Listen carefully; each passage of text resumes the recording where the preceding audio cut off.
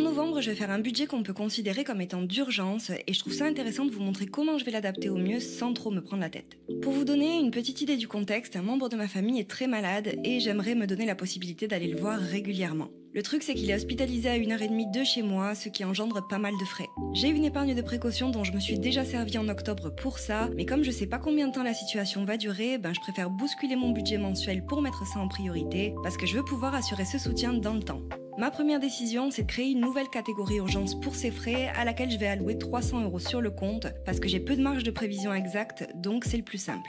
J'oublie pas quand même mes épargnes importantes, donc voiture et santé, dans lesquelles je vais mettre 50 € chacune en enveloppe, et voyage, je vais la baisser ce mois-ci et mettre 50 € au lieu des 100 € habituels. Le reste sort totalement de mes priorités puisque le but est que je dégage du budget exceptionnel. Dans les charges variables, je vais quand même gonfler mon budget extra à 100 € parce que les faux frais dans ces conditions, sachez-le, ça va très vite. Et je vais finir en mettant quand même 50 € dans le shopping et 20 € dans la beauté, juste au cas où j'ai des choses à acheter quand je suis là-bas.